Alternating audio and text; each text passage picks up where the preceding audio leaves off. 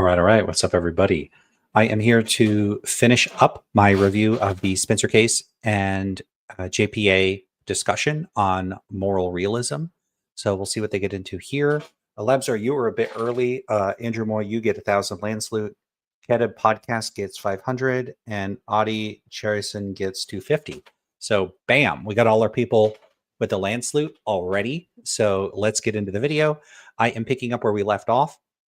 If you're watching this and you haven't seen the previous ones, maybe you'll be missing some context. But this is a discussion between two moral realists about moral realism.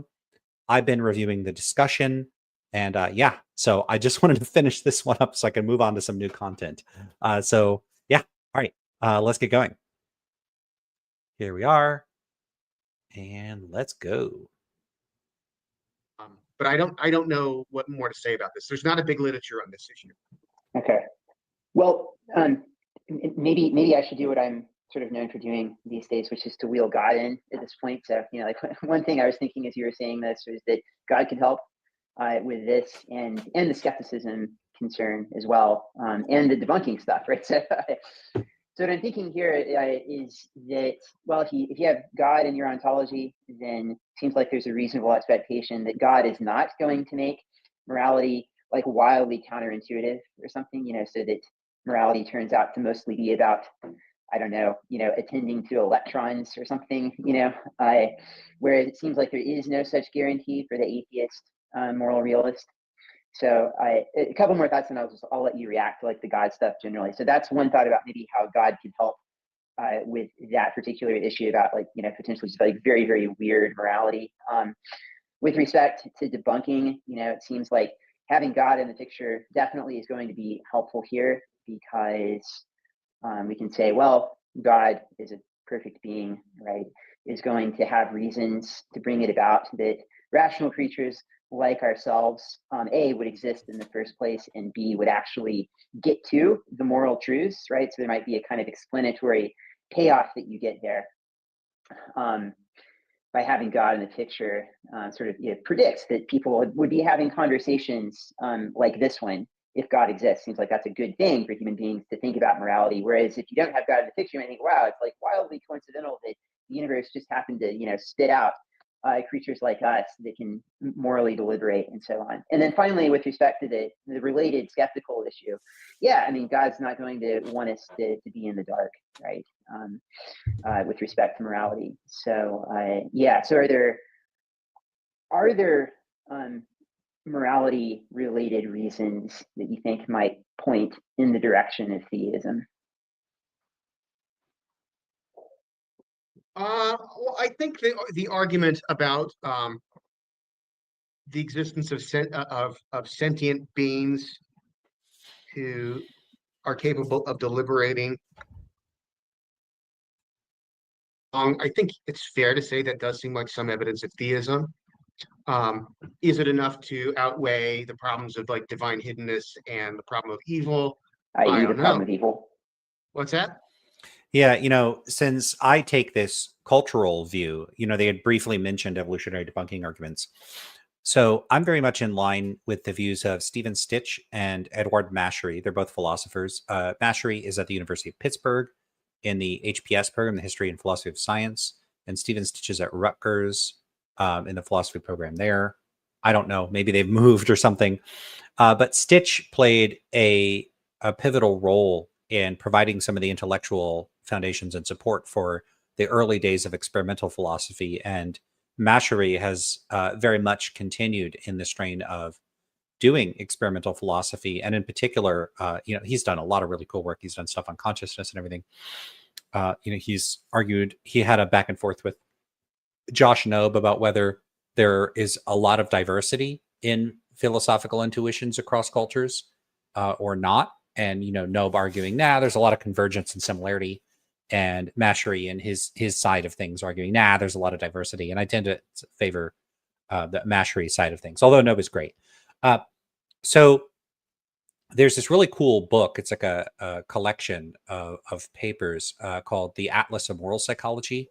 And in that, there's a couple short chapters.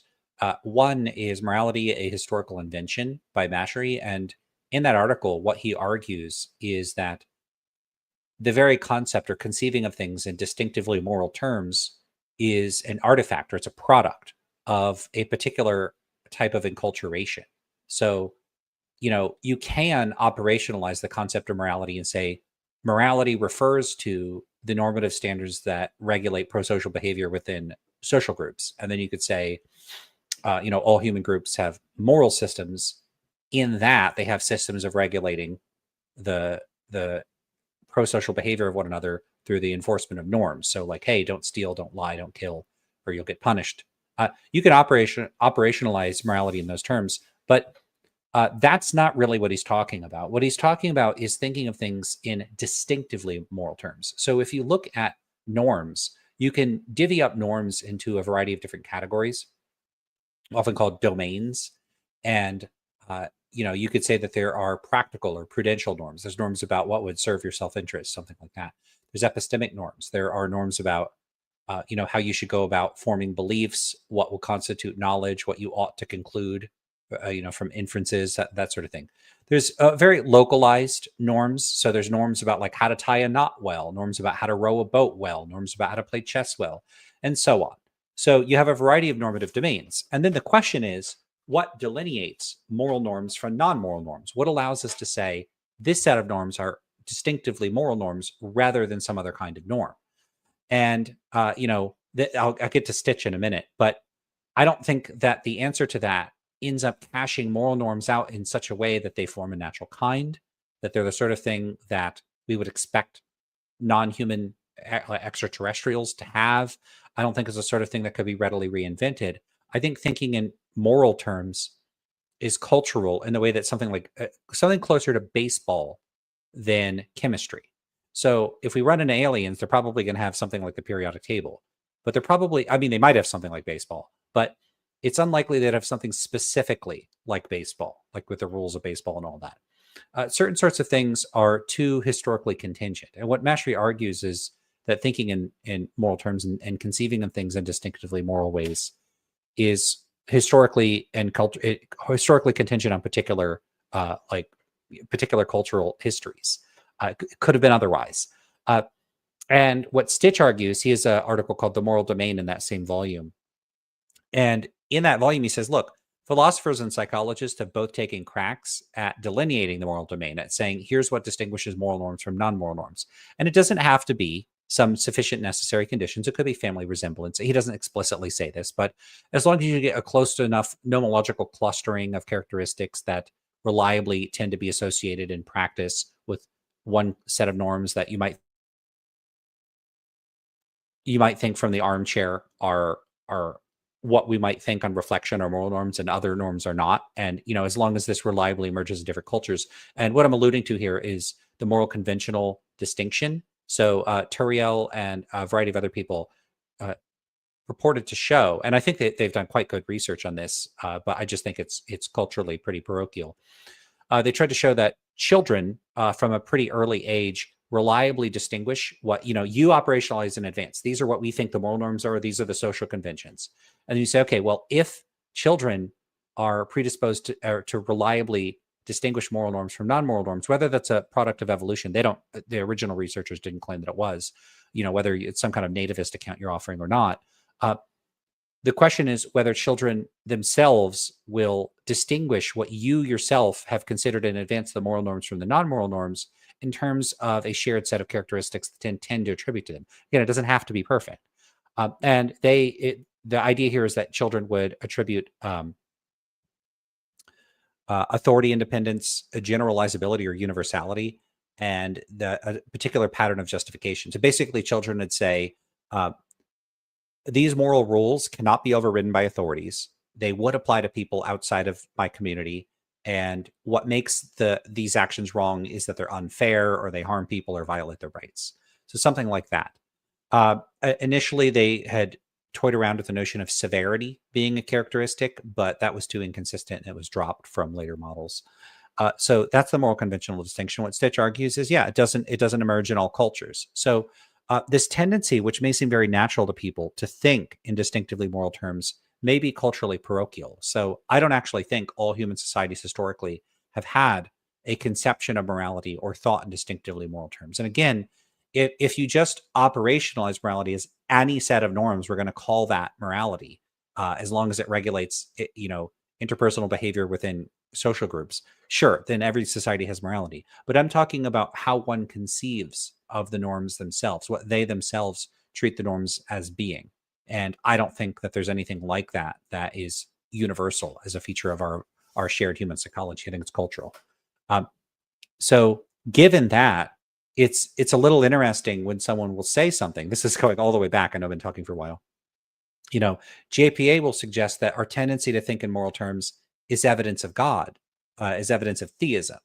But I think it's the other way around. I think that historically, cultures that have developed theism, especially like the Judeo-Christian and monotheistic traditions that we're familiar with, I think they've led to the development of thinking in distinctively moral terms. So I don't think it's thinking in moral terms as evidence of theism. I think thinking in moral terms is a legacy of being theist, or having being part of a long lineage of people whose cultural backgrounds were theistic. So I think there's something kind of funny here, which is that I do think that this comes down to empirical questions about whether I'm right about that. This would take archaeological, anthropological, sociological, psychological, historical, all sorts of types of evidence to try to support this. And there may not be enough evidence available to establish that I'm right about this. And so it could just remain as a bit of speculative hypothesizing that we might not be able to adequately corroborate. But there does seem to be a presumption among many people that thinking in moral terms is very, very natural to human beings, and it isn't a product of culture. And I think that it is. And so when I hear this sort of thing, I don't really think it's very good evidence of theism. So I don't agree with Spencer about this. I.e. the problem of evil. Yeah, because I actually think that too. Is just Yeah. like, it's part of the problem of evil, and if there's an explanation of the most horrific forms of suffering, then there's that vindicates God's existence. There will be an explanation of divine hiddenness. But I digress. Sorry. No. I think that's probably right. I think there's a way of constructing the divine hiddenness problem so it isn't a form of the problem of evil. But it's true that if you had a solution to the one, it should help with the other, like a very great deal. Some of the arguments you're making, though, on God's behalf do have this sort of Deus ex machina flavor to me. They sort of like you're just any kind of problem you have, like have the guy on the stage come down with a rope and make everything fix. For some reason, it made me immediately think of Vanilla Ice, and it's like, if you got a problem, I'll solve it. And it just made me think someone has to have done like a Christian parody where it's like, if you got a problem, God can solve it, something like that. Someone's got, it's like a Christ baby. That has to be a song. That has to be a Christ baby song. In fact, I'm going to look it up. Someone has to have done Christ baby. I can't play it because I'm sure it'll be copyrighted. Yep. Okay, I must have seen this before. Let me. I'm going to play it myself.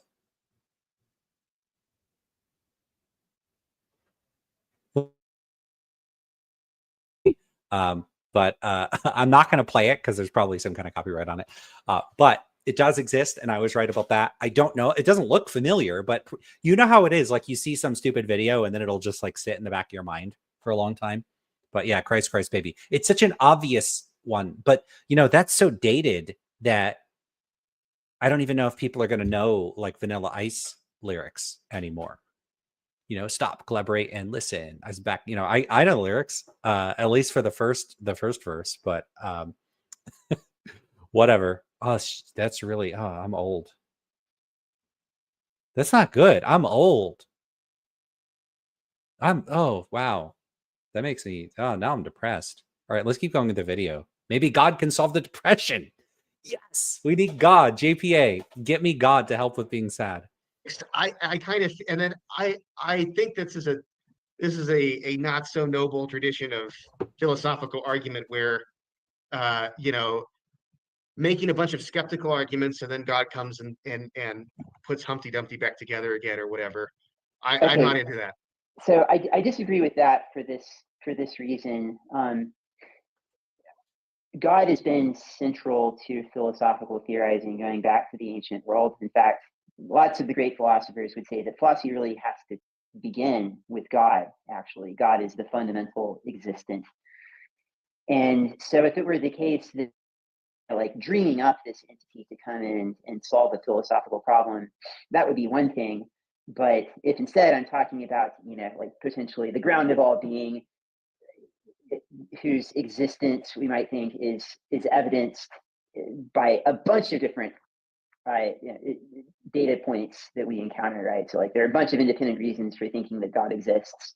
Well, to then note that, oh, hey, like if that being, potentially the fundamental being exists, that would resolve some of these difficulties in metaethics. That seems totally legitimate to me, and doesn't seem like a deus ex machina. Maybe, yeah, maybe if you're already, I In mean, fact, I've heard it Aristotle said, himself might say something along these lines, because lest we forget, Aristotle was some kind of weird deist.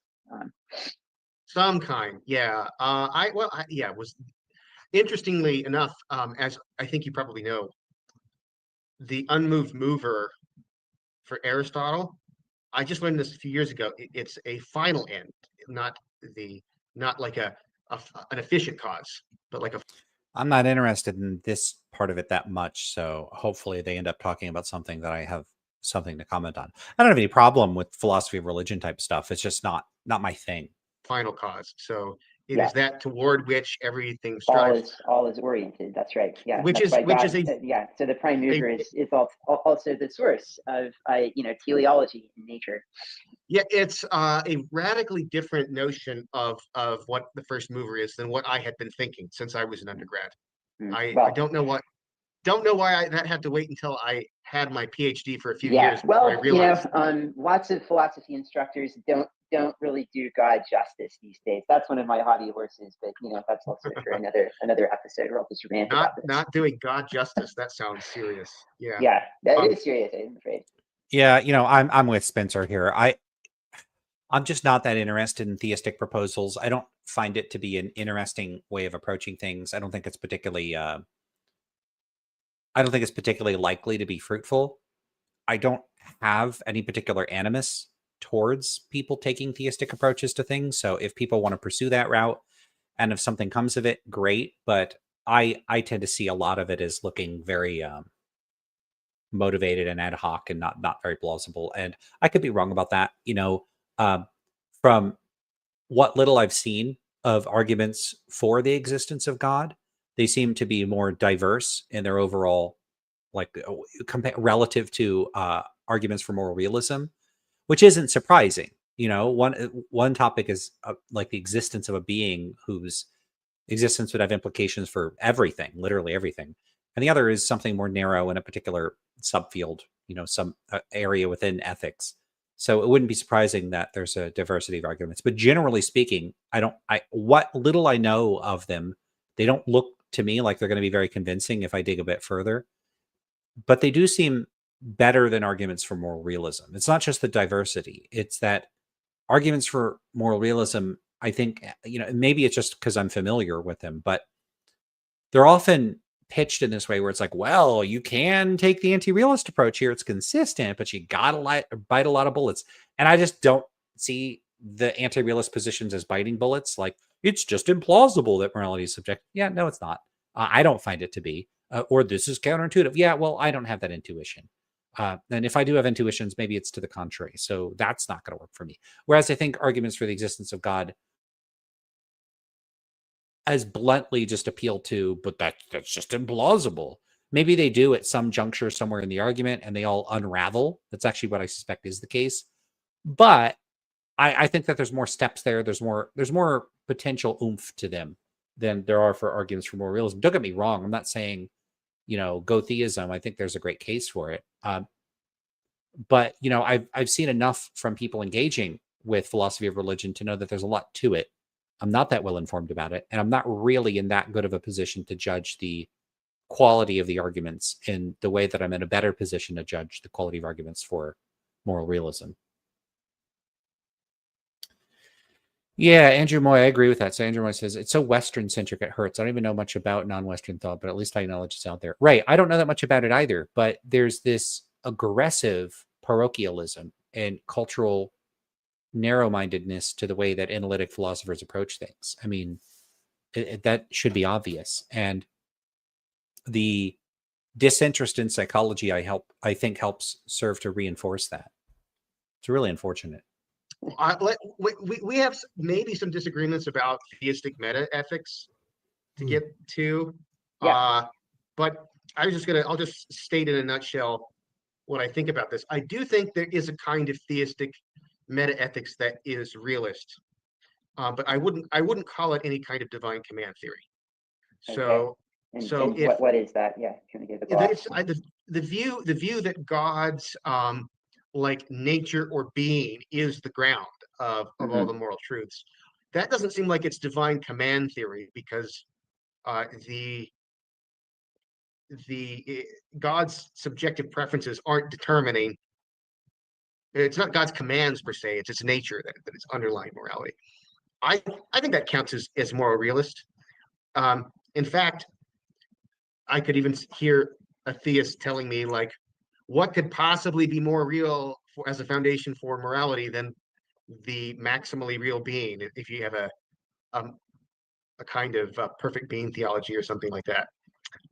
So that seems like it's realism, but I don't think any kind of divine command theory where it's God's commandments that originate morality, I don't think that should count as realist.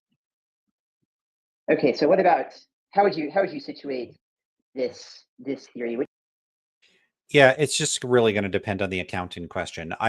This litigating what is or isn't a form of realism is not super interesting. From what I've heard from people that know a lot more about more complicated accounts of divine command theory, they don't look like a type of anti-realism.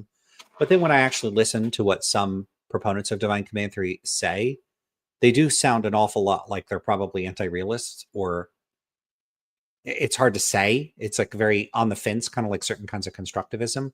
When you squint one way, it looks like an anti-realist. When you squint the other, they look like a realist. I've had someone show me some passages from William Lane Craig where he really sounds like an anti-realist, and then he says he's not. So I don't know. I don't know how important it is for people to litigate that label distinction. If you do have a type of theistic anti-realism that is divine, like let's say it's possible for there to be both anti-realist divine command theory and realist divine command theory. Anti-realist divine command theory, if we were to say that there is such a thing, is still very much unlike relativism in the conventional sense. So, relativism, the practical implications of divine command theory is like there's a being and they're going to enforce these rules, and there's only one set of rules that carry these implications, and blah, blah, blah. So, when people are worried that that relativism kind of strips life of purpose and meaning, I'm not so sure you have all of the same implications from divine command theory. Maybe you have a lot of them. There's at least one where if okay, so in the case of realism, and this is why I actually kind of like divine command theory, whether it's anti-realist or not, relative to your conventional secular non-naturalist realism. And this is something Spencer brought up in one of the earlier portions of this video.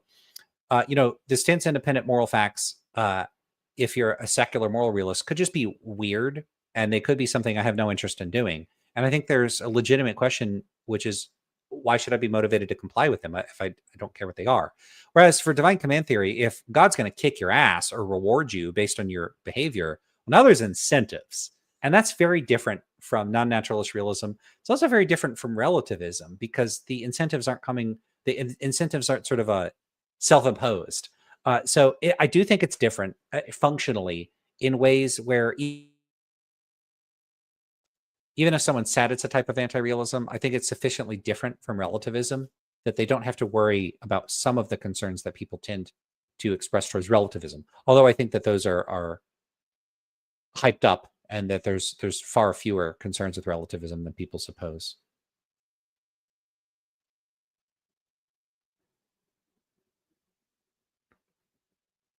All right. Andrew Moy says, I don't think JPA's response really addresses Spencer's concern. Just because you say God is metaphysically fundamental doesn't make it any less ad hoc as an explanation.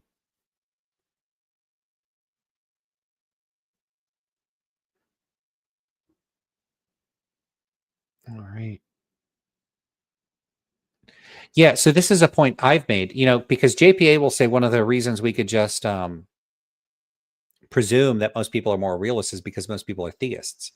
I don't think that follows. And people will say pretty silly things. Like they'll say stuff like, well, the religious doctrine commits you to realism. I don't know if JPA said that, but okay, well, Catholicism commits one to being anti-abortion or having a certain position on the moral status of abortion. Does that mean practicing Catholics agree with that? No. Survey data shows that this is not true. Just because something is part of a doctrine doesn't mean that people hold the view in question that are practicing members of the religion. So it's still an empirical question. If you think people are moral realists, you have to show that they're moral realists. You can't say, well, the religion says, if we quizzed Christians on the Eucharist or transubstantiation or the Trinity or what happens when you die, do you go right to heaven right away? I don't think that they're going to have great answers to that question a lot of the time. So Christians don't know their own doctrine a lot of the time. And when you're in online debate circles with theists, these are people that are self-selected and are, you could say, elite thinkers that have thought about these things a lot. But most people that are like, I'm a Christian, they haven't thought about that stuff. And the same probably applies to most other religions. There might be religions where they're relatively insular or they push knowledge of the religion more, and so people know it. But a lot of Christians just don't know the doctrine of the nominal denomination that they belong to, or at least certain features of it.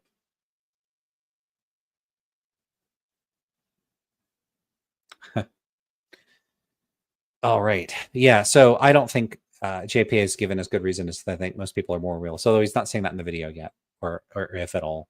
So we'll see where they take this. I think they mentioned experimental philosophy at some point, so I'll have something to say about that. But I'm not seeing much more to review here. It seems plausible to me. I don't endorse it, but the view would be, you have to start, I think, with a decent model of God if you're going to potentially have a plausible version of divine command theory. And so that version would hold that God is perfect in all respects and necessary, right? If you think that God is contingent, then so it could have been otherwise, might have failed to exist in some sense. That's not going to work. But if God's necessary, had to exist and had to exist with the particular nature that God has, then you can say that things are good to the extent that they are in accordance with God's nature. They approximate God's nature, right? And that actions are permissible or impermissible or obligatory to the extent that they correspond or don't to the commands or the dictates of this perfect being. So that does not seem like a terrible or obviously false view to me. It definitely seems like a form of realism, but yeah, how do you react to that? Well, okay, so by perfect, do you mean morally perfect? I think that, yeah, omni-perfection would entail moral perfection. I don't know what it would, yeah. Right. Okay. So that does seem to be saying that you have some standard of perfection in mind and God meets that standard. But then it's no longer theistic metaphysics. Well, the standard would just be internal to God's nature because God's necessary, remember, on this view of things. So there won't be like worlds where there are facts of morality but not God or something. And then God's going to have a metaphysical primacy.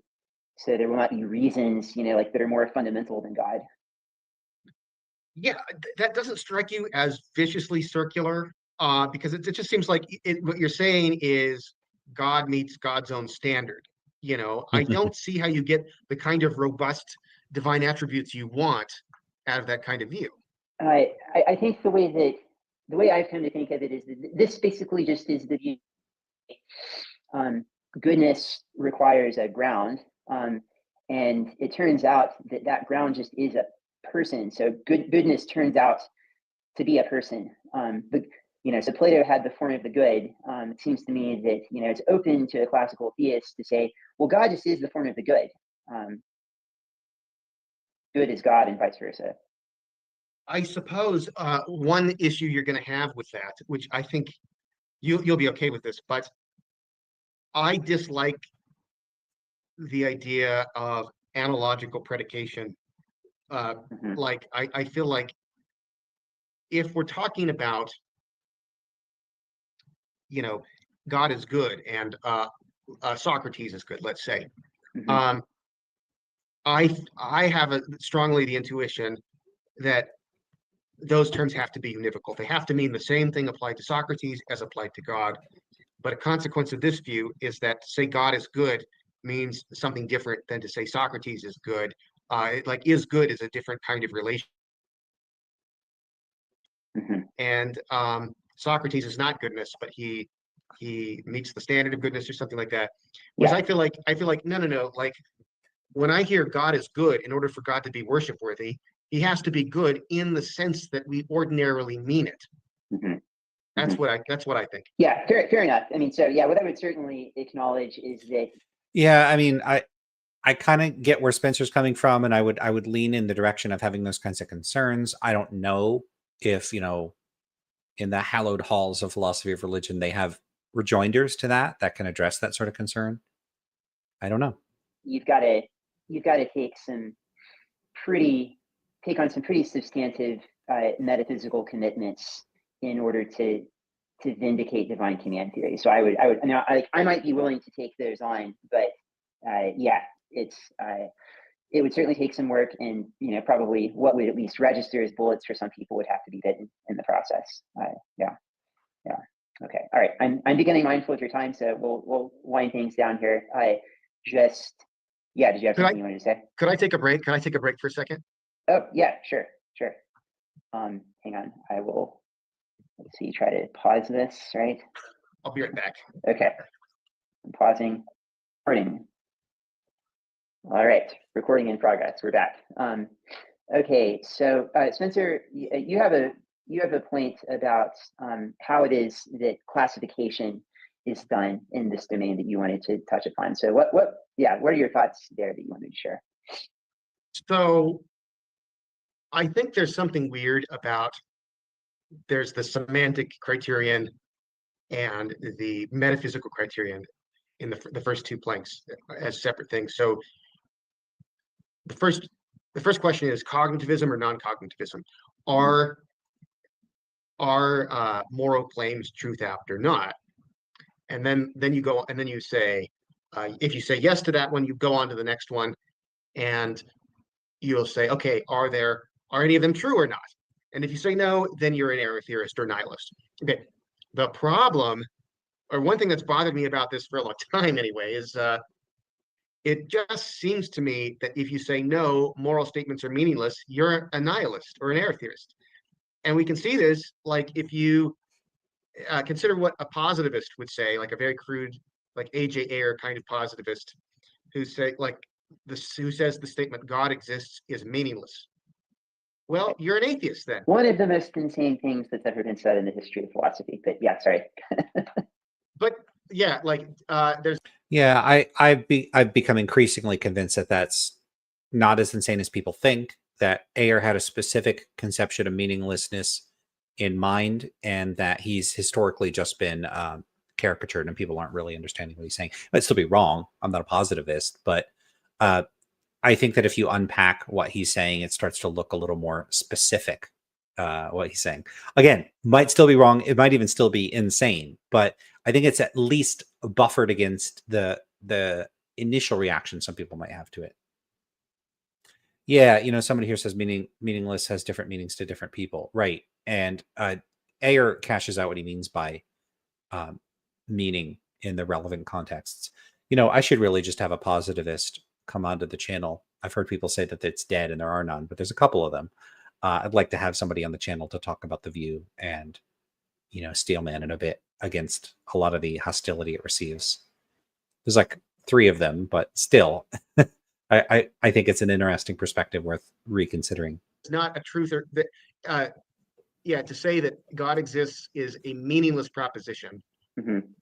And does God exist does not admit to a true or false answer. I disagree strongly with both of those things, but I think obviously, if you say that the statement God exists is meaningless, you're an atheist. Mm-hmm. Mm-hmm. Yeah, isn't that obvious? Right. Yes, that is indeed obvious. Yes. So it just seems like if you say something similar in metaethics, you're a nihilist. Yeah. And then maybe you're a nihilist who goes on to give us a bunch Well, just be clear about what you mean by a nihilist. If by a nihilist you're someone that thinks that there are no moral facts of any kind, then like traditional non-cognitivism and error theory are going to be nihilists. And then, relativists are not going to be, constructivists aren't going to be, quasi-realists are going to be weird, probably not, sort of, kind of. So yeah, this is just a question of how you're using the terms, and I don't know how interesting this is. philosophy of language, bells and whistles, but I don't care about any of that. You've answered the question I needed to know. You're a nihilist. And the idea that expressivism is some separate track that is interestingly different. It is error theory plus metalinguistic bullshit. That's all. So that might sound very harsh, but I don't see any way around it. I'm not really sure. Like, is there a substantive point here?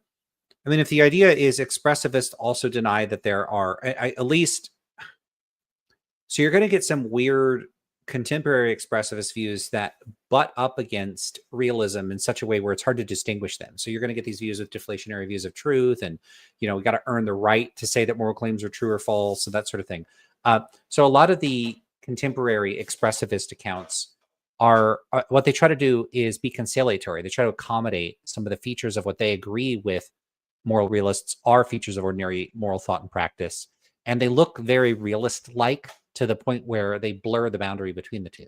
So if we set aside those and we just say straight up just classical emotivism or prescriptivism, where moral claims have no propositional content, they only express feelings or commands of some kind.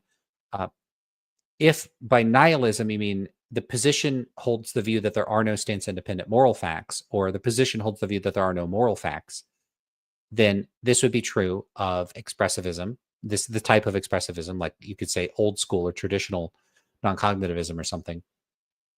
And error theory, yeah. So they both fall into the camp that denies certain kind of moral facts. Yeah. Now, if you want to say that there's not anything interestingly different between the semantic theses because they share a similar metaphysical thesis, that might be true. I don't. Yeah, I don't know. Does anybody disagree with that? I mean, people could differ in how interesting they find the difference. If it turned out that people do speak or think or are committed to realism in the way that they talk. Sorry, I don't know why I'm having trouble communicating this. So if you're an error theorist, you think people are like the people out there, the masses are committed to realism. They're just wrong about it.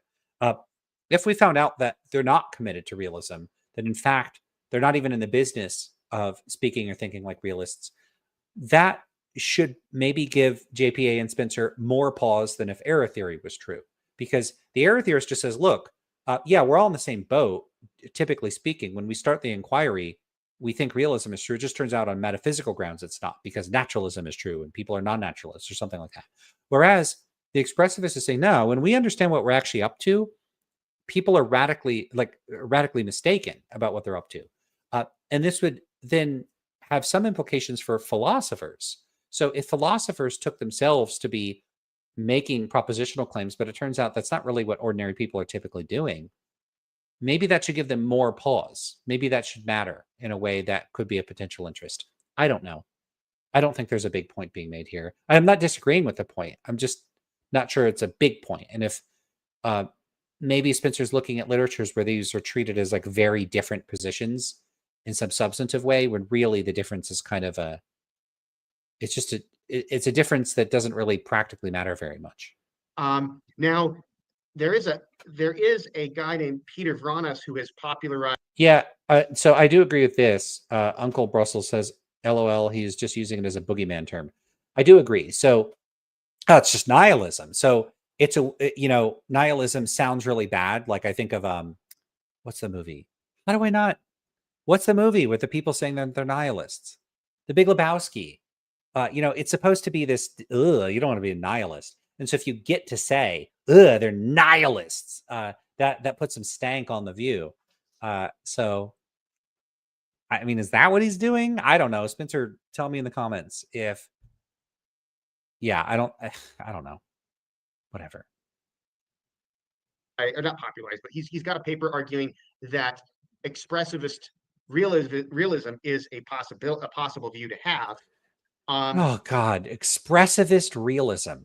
Philosophers and the attempt to just shove seemingly disparate views together. I mean, why not theistic atheism? I mean, what the fuck is wrong with them? Oh, I haven't read I the mean, I've heard paper, this before, but but it does seem to me that like maybe it's a logically possible view to have, but if there are moral facts and you can say there are moral facts and there you're saying something truth apt, Yeah. then why would you not say that about like ordinary moral language? Why would Yeah. you say ordinary moral language is just like expressive and doesn't posit any moral properties? But well, you could think that ordinary moral language commits people to non-cognitivism in the traditional sense of like emotivism, right? So ordinary moral discourse is just used to express emotions. That's the central primary function of it. But that it turns out that there are stance independent moral facts. So you could be a realist and a like a descriptive emotivist. That seems possible. oh, this one abstruse, metaphysician says there are moral facts that has truth value. It just seems totally unmotivated. So it's a possible Yeah, it might not be well motivated, but it could be true. view, but not one that has any kind of appeal. And in fact, the people who were defending expressivism originally, the original non-cognitivists, is pretty clear that they were error theorists who were uncomfortable socially giving up on moral language, and so needed to come up with some excuse to keep talking, to keep giving lip service to the progressive causes that they supported, despite being error theorists. And so they concocted this really complicated linguistic stuff that we can and should wholly ignore as This is a pretty uncharitable psychoanalysis of the motives. Like, oh, they invented the theories because they were uncomfortable with the implications. We could psychoanalyze Spencer and say that he's a realist because he's uncomfortable with the unpalatable implications of the obvious fact that there really isn't a very good case for realism. And I don't think he would take that very seriously, and I don't think he should. He's not in a position to know what these people's motives are, and one could always craft a rather unflattering narrative of the motivations of people for devising the particular metaethical position that they have. I have a simpler explanation. Early non-cognitivists were just wrong. Like, I think they sincerely thought what they thought was true, and they were probably not entirely correct. Total garbage. Right. So that is my maybe not so charitable, but still accurate take on expressivism. Yeah. Not very charitable. I don't think it's accurate either. And you should hear that part that he said about is pretty critical. Ignore as total garbage. Right. So that's my error theorists. And so they concocted this really complicated linguistic stuff that we can and should wholly ignore as total garbage. Right. So that is my maybe total garbage. You don't think anything interesting came out of those discussions? I do. Not so charitable, but still accurate take on expressivism. Yeah, I'm with you there. Yeah, I find that convincing. Okay, all right. Wrapping things up here. So let's see. I was going to ask you if there are findings from experimental philosophy. So for the audience who may not be familiar, one project that's kind of taken off in relatively recent history in philosophy is philosophers kind of like reinventing ordinary language philosophy by going out in the world. At least in part, this is what they're doing: going out in the world and kind of like trying to, in an empirically rigorous way, figure out what the folk think about a bunch of stuff, and more broadly than that, just apply scientific methods to try and acquire data that might or might not bear upon important philosophical questions. So that's the background.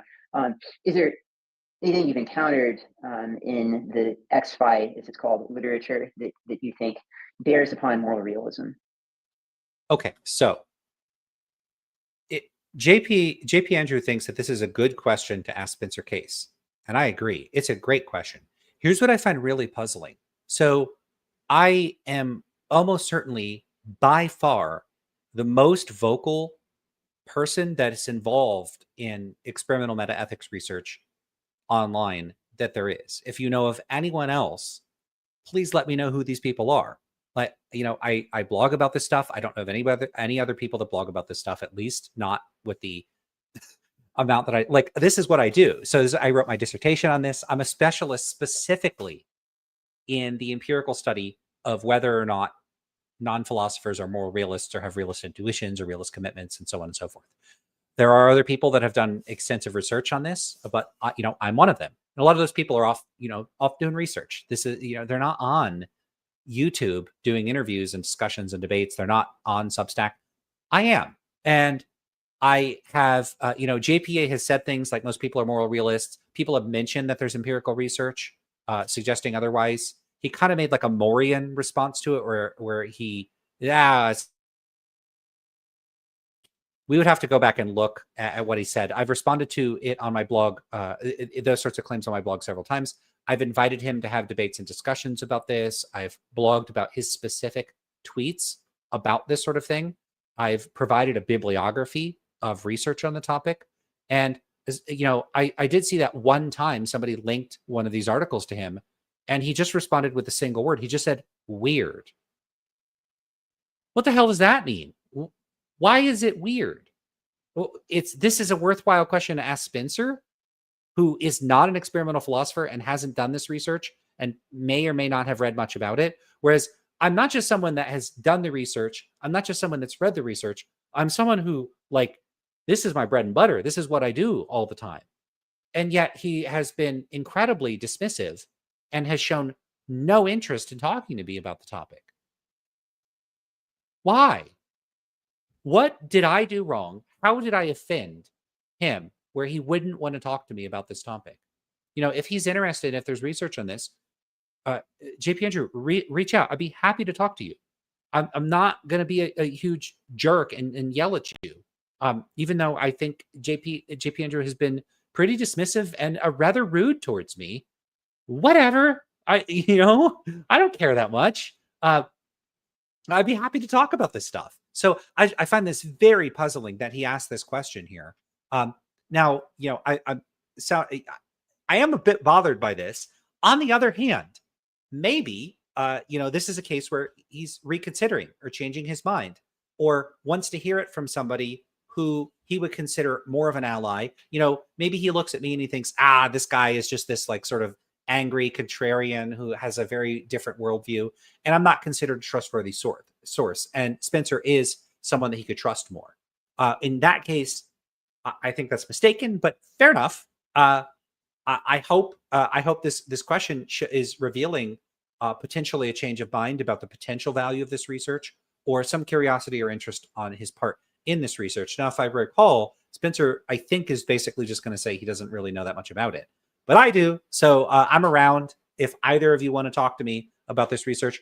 I've also been on Majesty of Reason, where I've talked about my own specific research projects on this. But you could also read my work on this. So I have an extensive review and a critical review of the empirical literature on this topic. So I've got a lot to say about it. I could talk about this stuff all day. So I still find that so strange. So Uncle Brussels says, we don't always need to conduct a test. I agree. So we don't need to conduct a test to find out that most people, don't want to be set on fire. We don't need to conduct a test to find out that it's not safe to be launched from a catapult. There's lots of things we don't need to conduct a whole lot of tests to find out that most cats are not glowing neon purple. In this case, though, look at the claim. We don't always need to conduct a test. Agreed. We can observe, for example, that most theists are probably realists, and most Americans, at least, are theists. No, I don't think we can observe that most theists are realists. I don't think that that's true. I mean, when you say you observe it, what do you mean? You're observing the realism? What exactly are you observing? Yeah, I don't agree with you. I don't think we have good evidence that we do have good evidence that most Americans are theists, because we have survey data on that. We do not have good evidence that most Americans are moral realists. We just don't have good evidence of that. And if you think you're observing that, put it to the test, because I don't think that is something that you could just observe. And, there is empirical research on this, and it does not suggest that most Americans are moral realists. If anything, I think it suggests the contrary. Although, really, I don't think that they're realists or anti-realists. So if someone thinks that most Americans are moral realists, present the evidence for that. I don't think there's good evidence for that. And it's not just that I don't think there's good evidence for that. I think that we have good evidence that that's not the case. So we have a variety of studies. Look, okay, I'll do the thing. So the earliest research on this goes back a few decades, but really the ball didn't get rolling until a few papers. 2003, 2004, you had Nichols and Folds Bennett and Nichols in the paper After Objectivity. Nichols and Folds Bennett is a developmental study that looks at it has a novel paradigm. I don't think anyone's replicated it or redone it yet. Tries to look at realism in children, and then After Objectivity looks at realism among college students. You kind of get interesting mixed results for college students, but there are methodological issues with both of those studies. This is early studies, so that's going to happen. The paper that really got the ball rolling, though, is 2008's paper, but from Goodwin and Darley on the psychology of metaethics. I think it's called The Psychology of Metaethics Exploring Objectivism, something like that. And that paper set up the disagreement paradigm and also has this kind of this true-false task that really would be a better measure of cognitivism than realism. And they do some interesting things in the paper. It also has significant methodological shortcomings.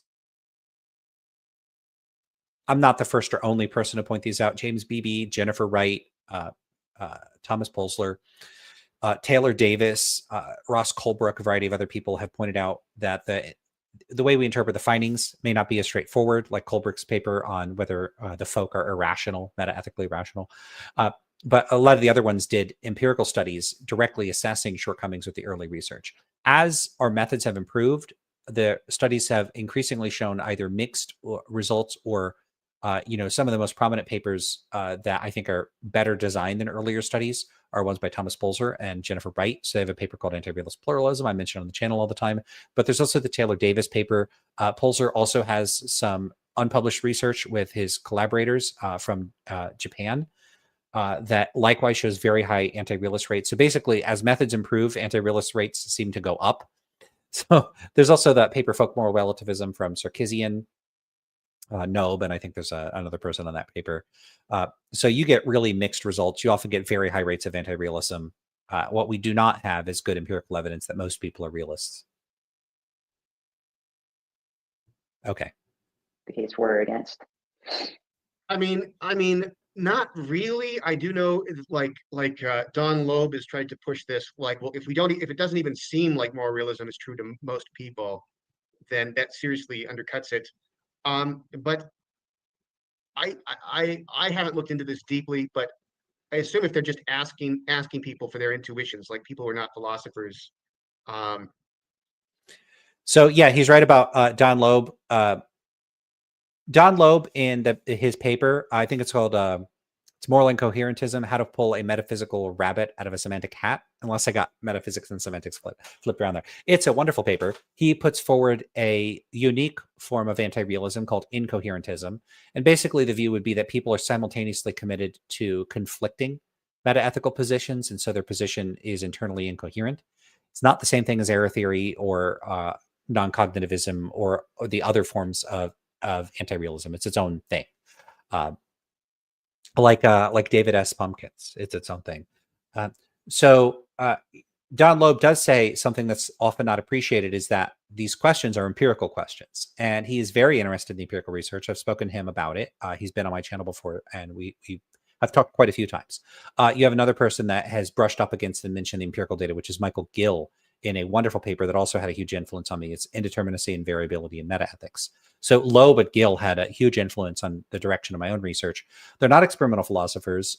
They do metaethics, but there has been subsequent metaethics, experimental metaethics research. So experimental philosophy of metaethics. And the people that have done a lot of the research in this, Jeff Goodwin, Thomas Polzler, Jennifer Wright, James Beebe, is people that have done one-off papers, but Sean Nichols has done a lot of the work.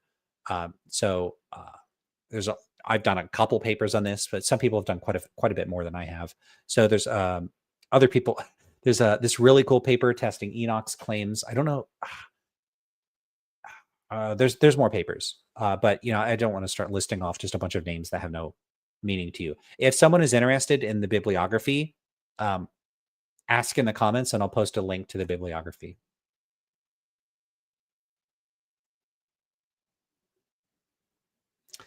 This is interesting. We got an exchange going here. Hayden Walton says, Uncle Brussels, claiming you are and actually being it are obviously two different things. I think most people, these include, are actually more anti-realists. So I don't think they're anti-realists. So I favor a position called, you could call it folk metaethical indeterminacy, which is the view that non-philosophers typically don't have determinate metaethical positions at all. They're neither realist nor anti-realist. I think some probably are realists, some are probably anti-realists, but generally speaking, people are neither realist nor anti-realists.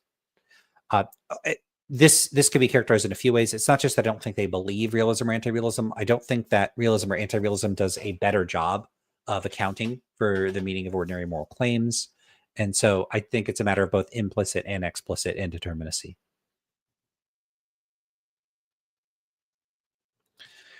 Uncle Brussels says, at least with philosophers, in Chalmers' study of what philosophers believe, theists were something like 4 times more likely to be realists. Yeah, they are more likely to be realists in that study, but those are philosophers.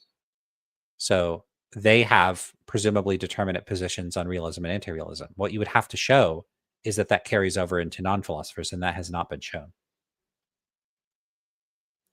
The methodology of the Bourget and Chalmers survey, they just sent out a survey to philosophers. Philosophers are typically not going to struggle too hard to understand what's being asked in those questions. So I take them at their word that most of the theists in that survey are moral realists.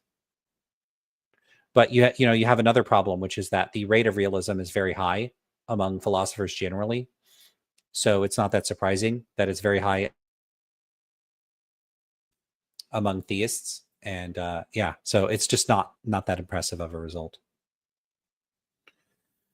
David Hume, Lance's position is boring and trivial. It's like saying most people aren't fans of Yankees or Red Sox due to disinterest or lack of knowledge. It's exactly like saying that. Yes, that's right. Why is that boring and trivial? If you have a whole discipline that insists all people are either Red Sox or Yankees fans, and it's clearly not true, I think it's worth pointing that out. And so you could say that that's trivial or boring, but I am reacting to a literature where people are making claims that I think are not true. If it turns out that what it is that's not true is the sort of thing where you're like, well, obviously. Okay, well, then why do philosophers have a bunch of positions that are obviously wrong? I just don't think that's telling you that much, because it could be that the kinds of things that would make you say that people are realists. You have to sort of sit down and talk to them and get them to think through things, to recognize the things that would pull them in a realist direction. So if you think that let's take this back, because I want you to see that he references how he thinks they're measuring this. So take a look at how Spencer's responding. Then that seriously undercuts it. I do know, like Don Loeb has tried to push this, like, well, if it doesn't even seem like moral realism is true to most people, then that seriously undercuts it. But I haven't looked into this deeply, but I assume if they're just asking people for their intuitions, like people who are not philosophers. Asking people for their intuitions. It's typically what they're looking at. There are a variety of methods that have been used. The primary method is the disagreement paradigm, and it works something like this. You can ask the person their stance on abortion. So the person, is abortion in the 3rd trimester morally permissible, or is it ever morally permissible? Or you just give them a statement. Abortion in the 3rd trimester is never morally permissible. 1, strongly disagree. 7, strongly agree. Whatever response they give, you then tell them previous participant in the study held a position contrary to yours, or imagine a person holds a position contrary to yours. Do you think that you and that other person can both be correct, or do you think at least one of you has to be incorrect? If you say you could both be correct, you're some type of relativist or anti-realist. If you say at least one of you has to be incorrect, you're judged to be some kind of realist. It's intended to be a somewhat indirect method of soliciting a person's metaethical position. You're not just saying, what's your metaethical position? There are other methods. There's the Collier-Spoor relativism scale. There's the folk moral objectivism scale that was adapted from the Forsyth ethics position questionnaire by Yilmaz and his collaborators. What else is there? There's the true false task, true false or an opinion thing that Goodwin and Arley used. That's not really a valid method. There's the response dependence method that Nichols and Foltz Bennett used in their 2003 paper. As far as I know, that's never been used in other populations, so I haven't seen that anywhere. I've seen a couple like ad hoc or one-off methods of asking people. There's a method that was used in Fisher et al. From the 2017 paper on cooperation that just asked people if they think there are objectively correct answers to moral questions. It's like you could call it like direct. What else is there? There's I don't know how to say his name. Zylstra does a study where he tests 3 claims from David Enoch. So there's like a spinach joke test. There's a phenomenology test. I can't remember what the third test is. He tested all 3 of those. As far as I know, nobody's replicated that. It came out very recently. Oh, and he also created his own meta-ethics scale as well. So then there's another meta-ethics scale out there. So scales typically are statements, and you express how much you agree or disagree with the statement. Typically on a Likert scale, it's 1 to 5 or 1 to 7, like strongly disagree, strongly agree. So there's a variety of measures out there. Researchers have not been particularly, I think I covered most of them. Researchers haven't been super careful or clear about what it is they're trying to measure, but they do often use the language of intuitions, like they're trying to measure people's meta-ethical intuitions. There is some discussion about whether they're capturing implicit commitments or explicit beliefs, but it's not super well developed or clear what the researchers themselves take themselves to be trying to measure. But Spencer is roughly correct here in his instincts about what researchers are looking at. I just don't think that. Oh, before I get to that, Uncle Brussels says, what bearing does a reproducibility crisis in psychology have on this? Probably quite a bit. So there is a paper, I think Kova et al., there's a lot of people on it, that did a kind of replication test of work in experimental philosophy. I think something like 70% of the studies replicated. So it did a lot better than the 2015 paper with the Nozick team, where only about 35% of the articles, it was the first study published in 3 top journals in psychology, only about a third of them replicated, and experimental philosophy did a lot better than that. And I believe they included 1 or 2 meta-ethics studies that replicated. Maybe it was the Sarkisian paper. I'm not 100% sure which ones they replicated. But I believe the meta-ethics papers they had in there did replicate. But there have not been substantial attempts to replicate research in meta-ethics. Now, I should say, a lot of the research in meta-ethics is like conducting surveys. So it's not using, they're not typically experiments. They're like Fisher et al. Is an experiment. Young and Derwin is an experiment. Ryan Holyoke is an experiment. And experiments might be less likely to replicate, especially when they use priming. A lot of priming studies ended up being relatively weak. And all of those studies use some type of method of trying to induce changes in people that either increase or decrease their support for a meta-ethical position or manipulate their support for a meta-ethical position and then look at their behavior. So I haven't seen any of those studies. Nobody's attempted to replicate them. So we have no data on how replicable they are. Maybe they'll replicate, maybe they won't. Who knows? I don't know. So you have that. All of those papers, I think, had at least, they had more than 1 study, so they had at least 2 studies. So you at least have a little bit of internal replication. So that's something they got going for them. But as far as the surveys and stuff, people have continued to use Goodwin and Darley's measures, Wright et al. It's Wright, Grandjean, and McWhite, their 2013 paper. That paper used the similar methods and found more or less the same results as Goodwin and Darley. Goodwin and Darley did some follow-up research. They found similar results to their early results. So insofar as things have been sort of incidentally replicated within the field, they seem to be replicating, but we don't know anything about how big the file drawer, like how many unpublished studies there are that don't replicate findings. But so is it an issue? Probably, yeah. But I think the issues with meta-ethics research are not reproducibility or replicability. I think they're going to be validity.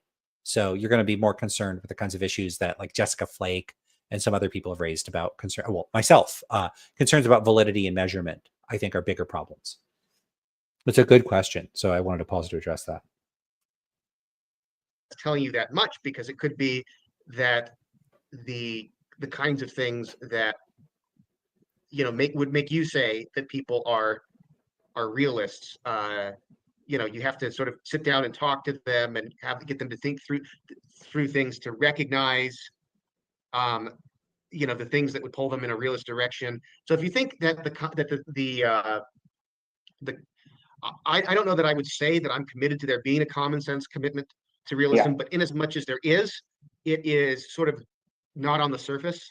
So if you ask a bunch of people some questions and they don't immediately respond like they're realists, that doesn't refute anything that I thought initially. I completely agree with Spencer. And this is one of the, you could call it an irony if you want. I don't think that people, I I don't think the evidence is showing that people tend to give realist responses on the surface, at least within the populations that have been tested so far. You get really variable rates. Do I think that this is good evidence that they're not realists? No, because I agree with Spencer about this. These are the kinds of positions that people are not really going to be able to give a meaningful response to until, exactly like he said, I thought he put it really well. You got to sit down, have a conversation, lay out the implications, the views. I don't think it's something people like their reactive, immediate responses are going to be all that indicative. And philosophers have been saying this for a while, and I think correctly. It's like, in the Joyce and Finlay exchange, I think it's Joyce, I forget which one of them, but they say something like, the answer to these questions isn't going to turn on what people would say when asked. Other people have made similar remarks about the inadequacy of surveys. And I just agree with philosophers about this. I think experimental philosophy is not giving us a whole lot of purchase on how people think about meta ethics. And I think there's a pretty simple explanation for that. They don't think about meta ethics. I don't think that this has been implicit in the way that people think and speak all along. And I think that this does generalize to other issues in experimental philosophy, which is that experimental philosophers will just take philosophical categories and concepts, they'll operationalize them as though they could just be treated as psychological constructs that will map onto and manifest in the way that ordinary people think. Then they'll design forced choice studies that basically force you to pick between one of the two. And then since you have no other choice, they'll say, people endorse compatibilism or incompatibilism about free will. I don't think people endorse either of them. I'm also an indeterminist about that. I don't think people understand the philosophical concepts in play here. And I don't think that they have implicit views about this stuff. I think it's very hard to show that they don't, but I don't think philosophers have shown that they do. So I don't think that they're on firm footing to just assume that they're correct unless I prove they're wrong. I think that we're at the very least on equal footing. They haven't proved they're correct. I haven't proved they're incorrect. So we both got a lot of work to do. But I do think philosophers should stop helping themselves to the presumption that there is some inchoate analog to philosophical categories and distinctions implicit in the ways that ordinary people speak and think. I think that's just presumptuous, and there's not really a lot of evidence to support it. Yeah, agreed. And and JPA agrees. So at JPA, we agree on this. Uncle Bill says, "Is there a good list of this research somewhere?" Yeah, I mentioned, just throw a comment in the comment section here, and I just copy and pasted old bibliography that I put together, and I could just put a link to the blog post I have where it has that bibliography. I think it was actually mentioned in response to JPA, because he said something like, a couple studies aren't going to convince me. There's actually like dozens of studies, so I could put a link to it in the comments, or maybe I should just put one in the description or whatever. But if you comment and I see it, I'll reply, and then I'll pin it so people could see it, because I like people to see the research. I know you know this, but I'll throw out there what I think is a relevant data, which is that according to the Phil Papers surveys, most philosophers are moral realists, right? And it seems like philosophers are better to assess moral realism, to the fact that most philosophers do tend to be moral realists of some sort or another. Maybe is like some kind of relevant evidence, and certainly evidence if we're going to count what non-philosophers think as evidence, then certainly we should be concerned about what it is that philosophers think. So I have a it's actually my longest blog. It's a 9-part series called the Phil Papers Fallacy, where I talk about some issues with making inferences about what's most likely to be true on the basis of the Phil Paper survey results. And I'll make one quick point about the number of philosophers that are moral realists. So it's 62% according to the 2020 Phil Paper survey. It was like 56.4%, something like that. In the 2009 survey, there's been 2 surveys so far. Looks like maybe they're going to run the survey every 10 years. And I hope they do it like 2020, 2030, 2040. It'd be a lot easier than 2009. I don't like that. 2010, 2020. I think it's nice and neat. You don't want to survey people too much because they get annoyed. They don't want to answer. So 62% of philosophers are moral realists. Now, suppose we discovered that within lay populations that the rate of realism was 95% or 99%. And then we find out that for philosophers, it's 62%. So what's going on there? Well, if we assume that there aren't selection effects, which would be silly, there would be. If we assume that it isn't that people that are anti-realists are more likely to become philosophers, but instead, the population is 95% realist, so the people that become philosophers start out 95% realist. Now we have evidence that by studying philosophy, the rate of support for realism drops from 95% to 62%. It's still a majority, but it dropped a lot from 95% near unanimity to not even quite 2/3. Is that evidence of realism or evidence against realism? Like if I don't know, let's take something most people believe in. Most people, I don't want to give examples that's like going to get the channel flag for like promoting pseudoscience or something. But take something, I don't know. Okay, so most people think, this is a silly example, but most people think Pluto is cold. And if you survey people, let's say we found, 99% of people think Pluto is cold, like the planet Pluto, or the dwarf planet, if you want to call it that. And then we survey astronomers, and only 62% of them think it's cold. Now I'm going to go, well, hold up. What's causing a third of them to drop off on the view? That's what I would wonder. And so it's not so clear now that 62% is necessarily evidence for the view.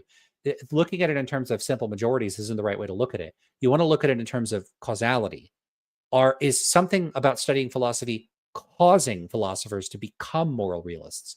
If the answer is no, then it's not clear why 62% would be good evidence of realism.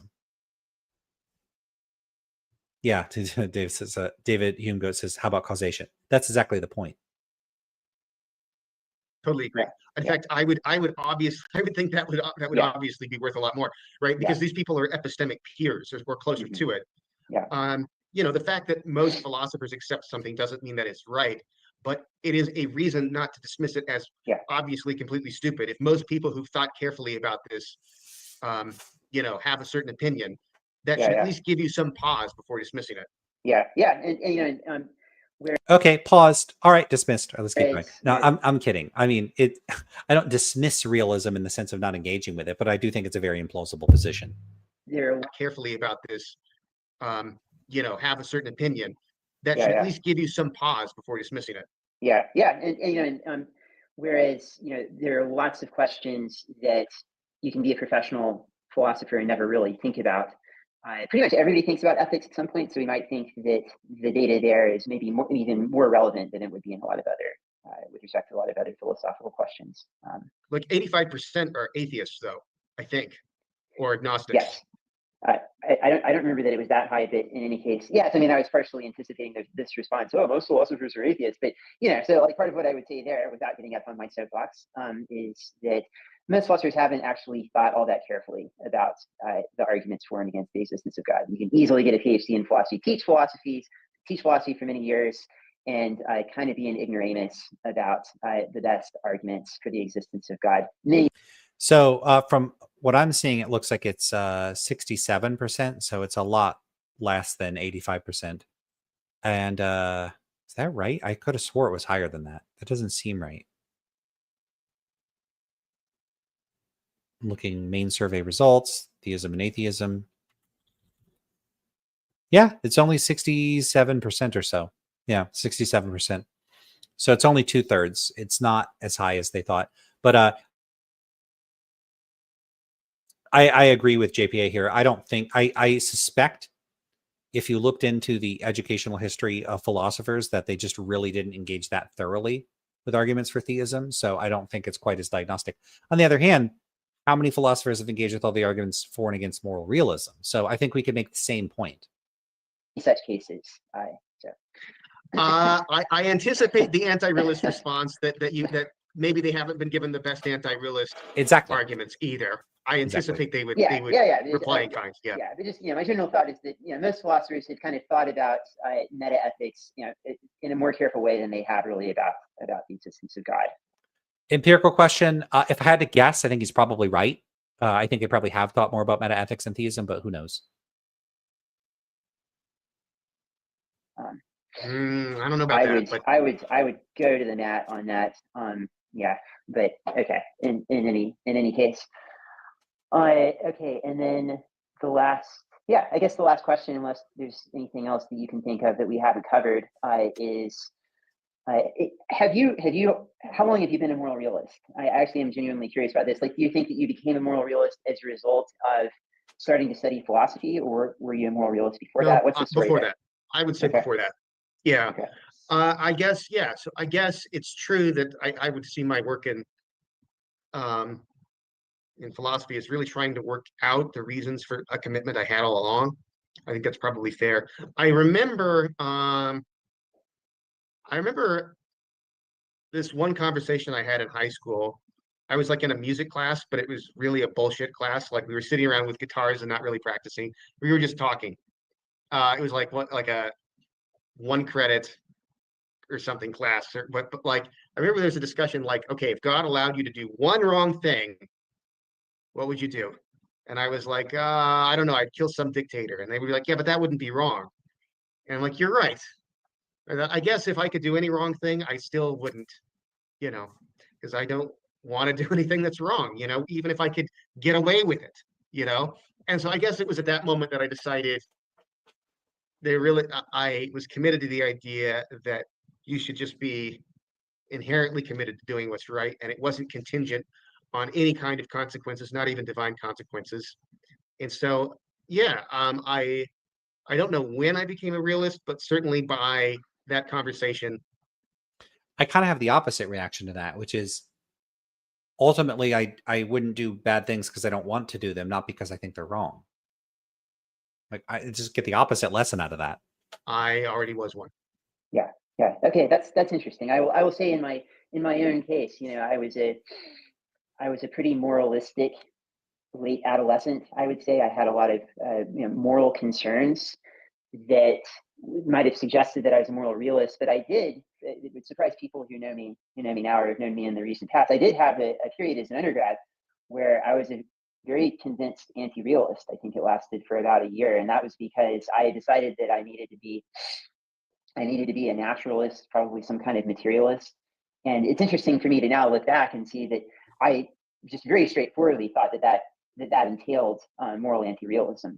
And so I saw it as a kind of broader commitment to materialism, that I should be an anti-realist in the moral domain. And then I think it was moral realism that caused me to reject materialism. I became convinced that moral realism was true, and that the best kind of moral realism, the most plausible kind, was going to be a non-naturalist form. And so I needed to reject materialism and naturalism. And so, yeah, that was my path, you know, like out of the cave, as I conceive of it, at least.